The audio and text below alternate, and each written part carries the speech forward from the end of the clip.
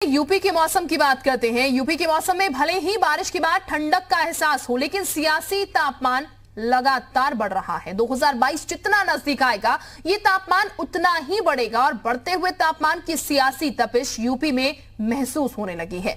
BJP आक्रामक अंदाज में प्लान बना रही है। दिल्ली से लखनऊ फतेह की तैयारी चल रही है। जल्द ही केंद्र में नए नए मंत्री बने यूपी के 7 सांसद जनता का आशीर्वाद लेते हुए नजर आएंगे।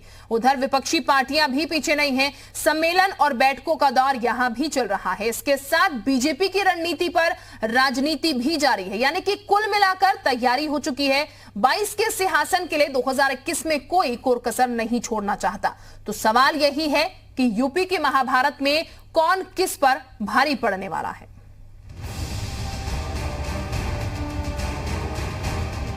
लीजिए, उत्तर प्रदेश के चुनाव की तैयारी अब दिखनी शुरू हो गई है।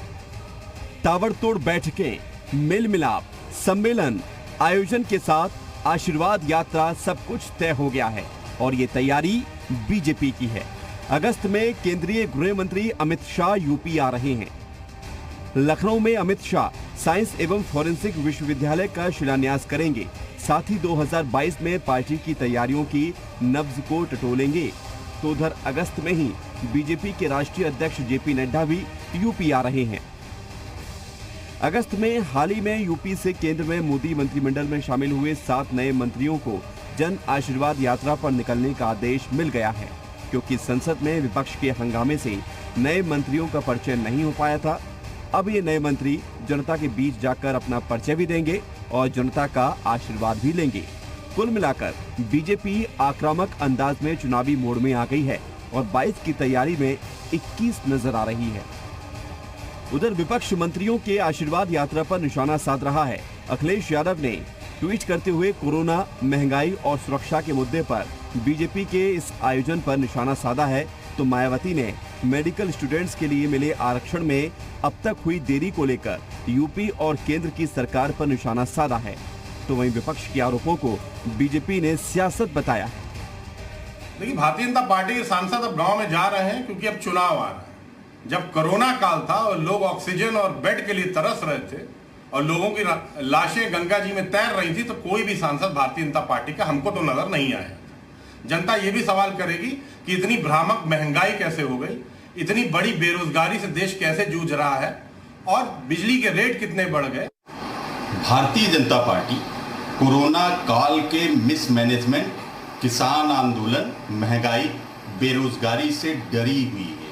वो सहमी हुई है कि कहीं उसके विधायक वोट मांगने के लिए गांव में जाएं और जनता दौड़ा न ले। इससे डरी हुई भाजपा ने अपने सांसदों को बलि का बकरा बनाने का निर्णय ले लिया है।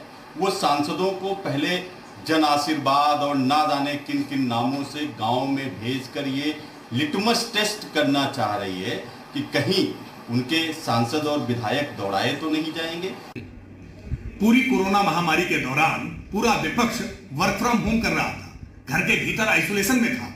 उत्तर प्रदेश की योगी आदित्यनाथ सरकार और केंद्र की नरेंद्र मोदी सरकार लोगों की जान बचाने की भी प्रयास कर रही थी, साथ साथ में जीविका बचाने के लिए भी हमने प्रयास किया।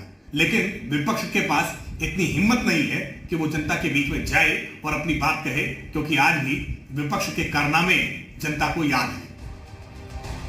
यूपी चुनाव को लेकर मिशन मोड पर सारे राजनीतिक दल जुटे हुए हैं। हर दल अपनी अपनी तैयारी में लगा हुआ है। बीजेपी ने 2022 में फतेह हासिल करने के लिए दिल्ली से लेकर लखनऊ तक जोर लगाना शुरू कर दिया है। खबर यह भी है कि सीएम योगी आदित्यनाथ अयोध्या से 2022 के चुनावी समर में मैदान में उतर सकते हैं। उधर समाजवादी पार्टी भी बलिया से 5 अगस्त से ब्राह्मण सम्मेलन की शुरुआत करने जा रही है। अब सवाल यही है कि यूपी की महाभारत में कौन किस पर भारी पड़ेगा। ब्यूरो रिपोर्ट, जी मीडिया।